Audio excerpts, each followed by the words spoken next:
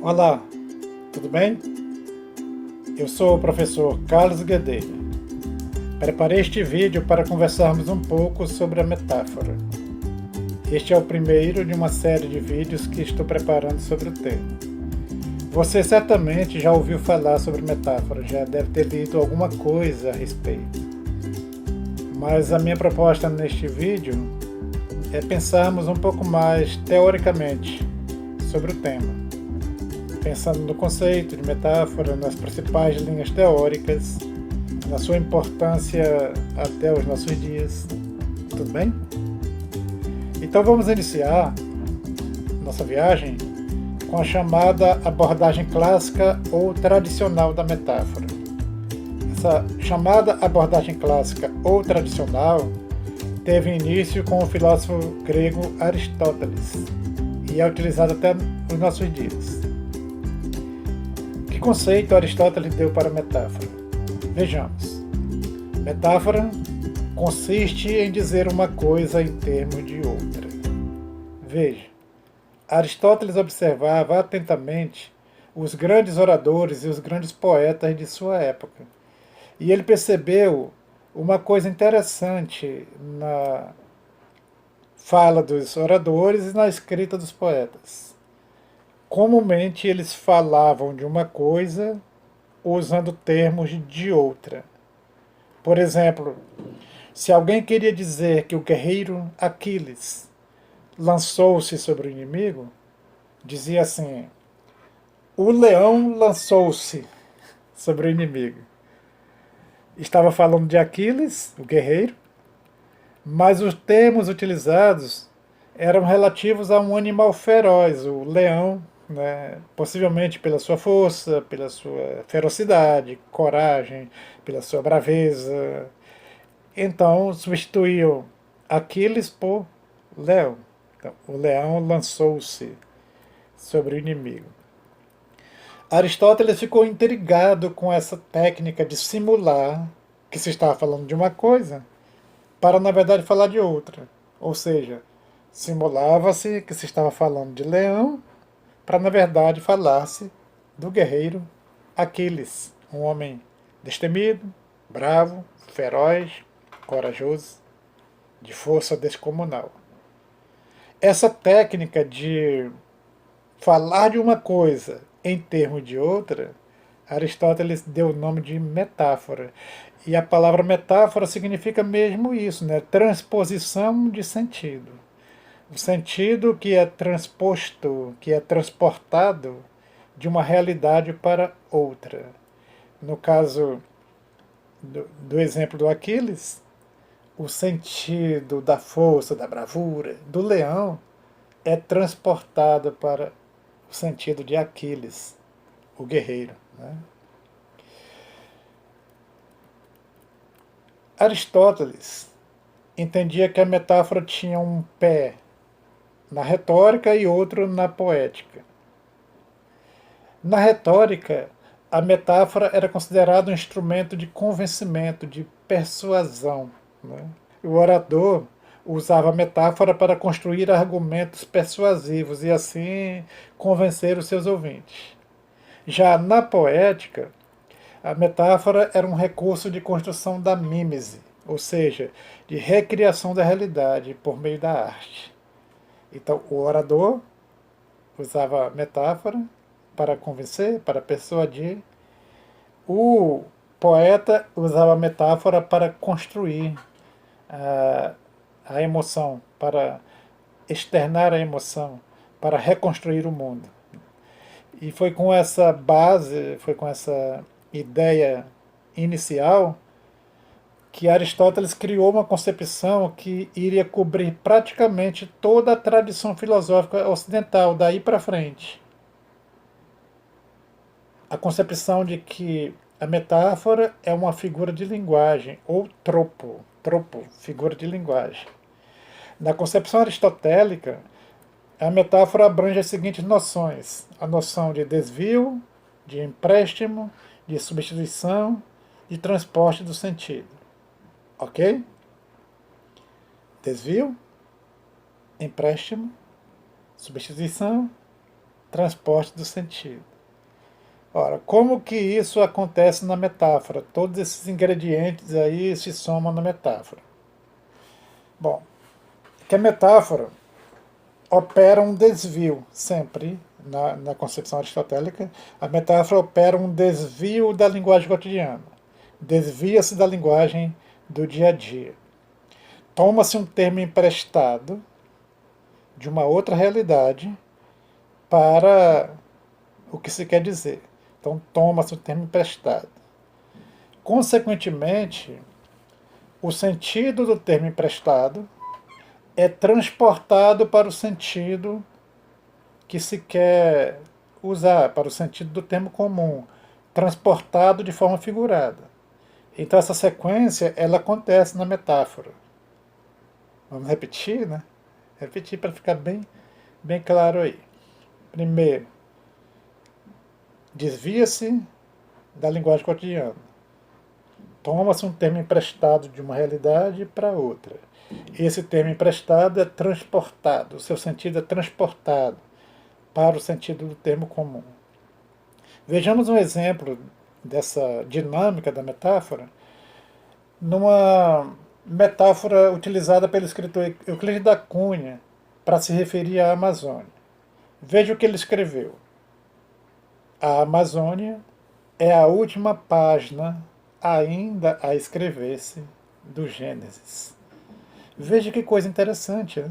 Euclides da Cunha falando sobre a Amazônia, e ele usa uma metáfora da linguagem bíblica, do Gênesis. Gênesis seria o livro dos começos, o livro dos inícios. É o primeiro livro da literatura bíblica. Então Euclides apresenta a região como sendo um livro, não um livro pronto, acabado, né? Portanto um produto, mas um livro que está sendo escrito, portanto que está em processo. Dessa forma, ele externa a sua visão da Amazônia como uma terra em formação, uma terra inacabada, uma terra incompleta. E lança mão dessa metáfora da Bíblia, né? Mostra a religião como a última página do Gênesis que ainda não foi concluída.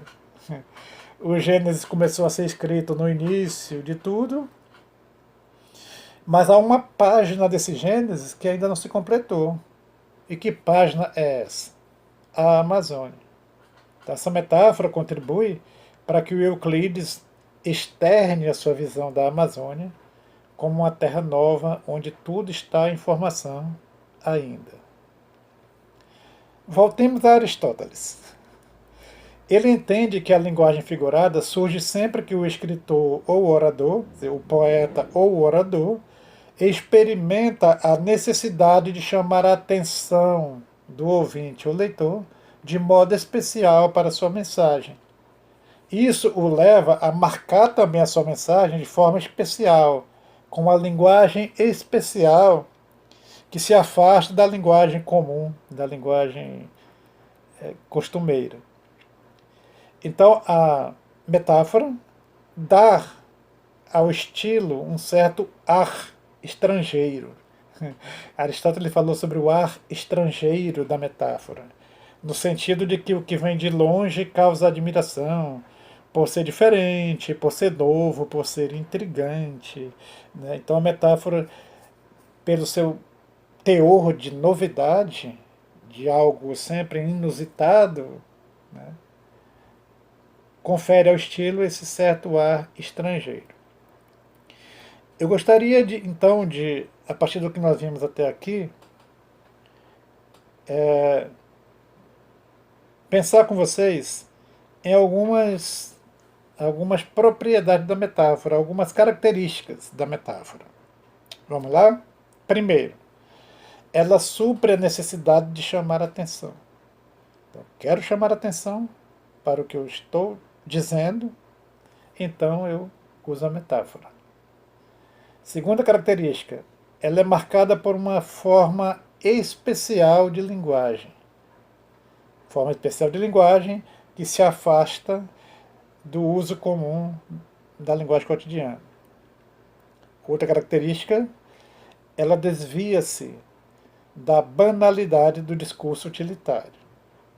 Outra característica, ela tem a prerrogativa de impressionar e produzir os efeitos de sentidos que o escritor ou orador deseja.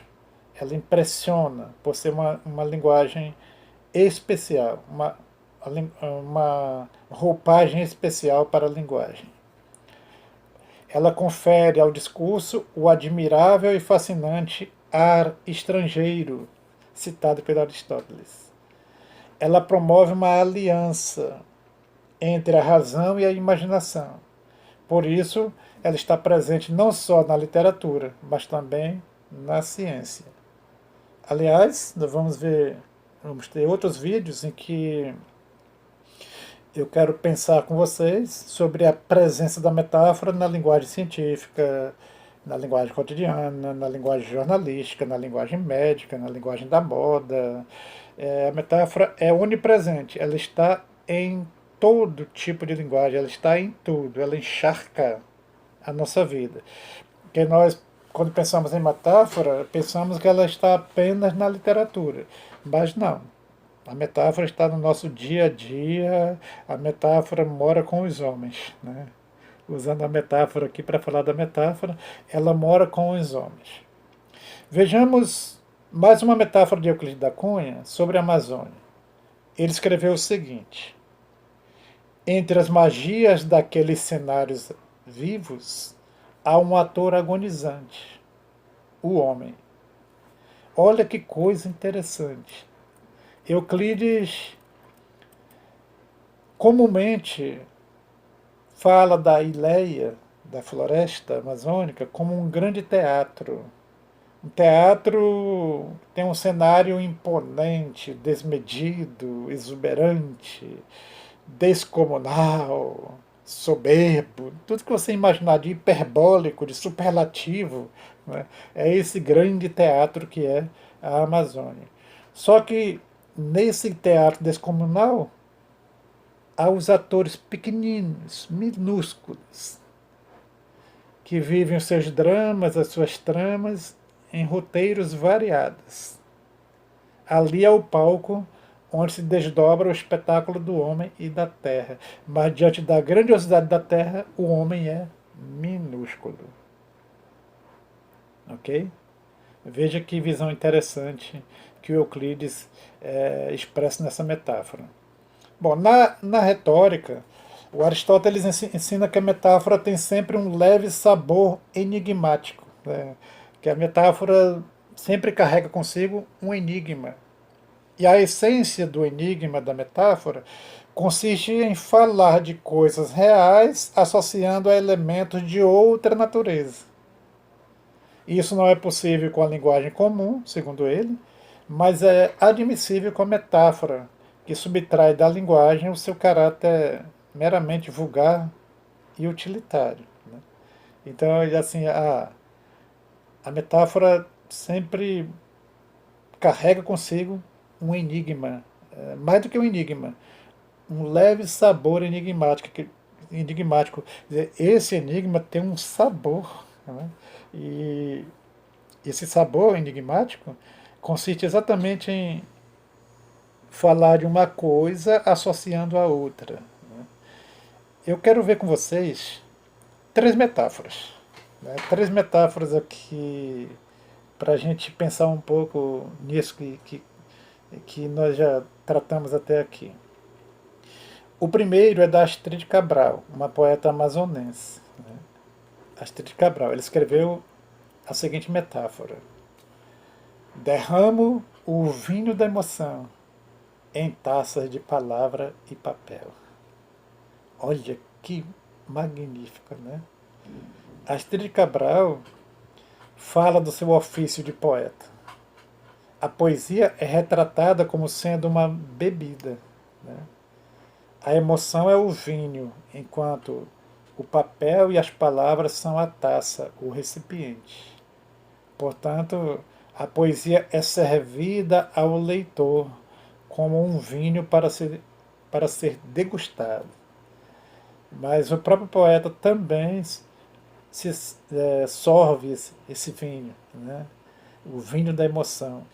Quer dizer, o recipiente, a taça, o papel e as palavras e o conteúdo, né, esse vinho, é exatamente a emoção. A outra metáfora eu peguei do Roberto Carlos. Roberto Carlos escreveu muitas metáforas, né, e uma delas está aqui. Seu coração é uma ilha a centenas de milhas daqui. Impressionante. Essa letra de música, intitulada A Ilha, descreve a situação em que a pessoa amada está bem perto, mas a sua indiferença faz com que se assemelhe a uma ilha muito distante, a centenas de milhas, muito longe. Então, a metáfora, assim como o texto inteiro da música, retrata o lamento do amor não correspondido. Essa terceira metáfora, ela não é de nenhum poeta, de nenhum cantor, de nenhum artista. A terceira metáfora é do senhor Jair Bolsonaro. Já ouviram falar nele? Jair Bolsonaro é o atual presidente do Brasil. Nós estamos em 2020. E o presidente da República se chama Jair Bolsonaro. Deixa eu explicar aqui o contexto da metáfora que eu vou apresentar para vocês. No dia 5 de abril de 2019, em um café da manhã com jornalistas, foi perguntado ao presidente da República, Jair Bolsonaro, se ele iria ou não demitir o então ministro da Educação, senhor Ricardo Vélez. A pergunta foi feita porque havia muitos rumores na época de que o ministro seria demitido. Tanto é que, semanas depois, o fato se consumou. Realmente o ministro foi substituído. Então, diante da pergunta se o ministro seria ou não demitido, o presidente da República respondeu com a seguinte metáfora. Está bastante claro que não está dando certo o ministro Vélez. Na segunda-feira, vamos tirar a aliança da mão direita. Ou vai para a esquerda, ou vai para a gaveta. Perceberam aí? Pela metáfora, o presidente e o ministro estavam noivos até aquele dia. Isso está simbolizado pela aliança que estava na mão direita. Assim, a aliança está vamos tirar a aliança da mão direita, portanto estamos noivos. Vai terminar o noivado, vamos tirar a aliança. Ao tirar a aliança, haveria duas possibilidades. Ou ela iria para a mão esquerda, ou seja, os dois iriam casar, ou ela iria para a gaveta, ou seja, o relacionamento amoroso seria rompido, né? Chegaria ao seu fim. Veja que o presidente está falando de política, mas os termos que ele utiliza são termos de um relacionamento amoroso. Sim, presidente, o senhor pretende demitir o ministro da Educação? A resposta, olha, a aliança, na segunda-feira a aliança vai sair da mão direita, que é o noivado, e aí pode ir para a mão esquerda, que é casamento, ou ir para a gaveta, que é rompimento da relação. Perceberam? A metáfora na fala do orador, no caso do presidente respondendo a um repórter. Então, agora pensando mais um pouco, meio que resumindo aqui, eu vou concluir este vídeo relembrando as principais propriedades da metáfora, tá? Relembrando, acrescentando algum ou outro detalhe. Primeiro, eu quero lembrar da condensação semântica. Condensação semântica. O que é isso? Que a metáfora tem a propriedade de síntese ou de condensação semântica porque apresenta dois conceitos numa só fórmula linguística, que são as expressões metafóricas. Por isso, ela é um recurso inestimável e constante de criação e recriação dentro da língua, porque condensa semanticamente. A outra propriedade que é consequência dessa é a economia linguística, né? Nós temos na metáfora o princípio da economia linguística, que equivale a dizer mais com menos. Mais conteúdo com menos palavras. De modo simples, a metáfora expressa um rico conteúdo de ideias que não poderia ser expresso sem ela. Então a metáfora nos permite a economia linguística. Outra característica é a expressividade. As metáforas dão mais expressividade à fala e à escrita por se afastar da linguagem costumeira, da linguagem ordinária. Então, constrói uma linguagem extraordinária. Então, ela envolve também um princípio de criatividade linguística. E a metáfora sempre agenda a criatividade do orador ou do escritor. Uma outra propriedade é a ambiguidade. A metáfora tem uma ambiguidade constitutiva, uma vez que, na combinação de, no mínimo, dois sentidos no único signo, ela gera um paradoxo que mostra o sentido tomando sempre duas direções, simultaneamente. Quando eu digo, por exemplo, que a minha rua, em dia de festa, vira um formigueiro, né, o sentido vai em duas direções. Vai na direção das formigas, né, o mundo das formigas, que o formigueiro sempre dá a ideia de muita formiga, ajuntamento, e vai na direção de multidão, muitas pessoas, né?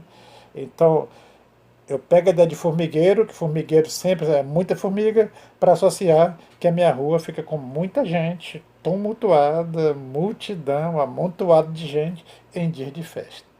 Então, essa ambiguidade significa o sentido tomando duas direções simultaneamente, ela é constitutiva da metáfora. O ar estrangeiro, que Aristóteles citou, que a metáfora veicula sempre uma informação nova, sendo a novidade inerente a ela, e nesse sentido ela tem um ar estrangeiro, né? É sempre se pauta pela novidade de sentido. Portanto, ela é instauradora de sentidos, né? Ela tem um poder criativo. Tudo bem? Bom, aqui encerramos o nosso primeiro vídeo sobre metáfora, o nosso primeiro passeio. Espero que tenha sido útil para você. E até o nosso próximo encontro. Valeu?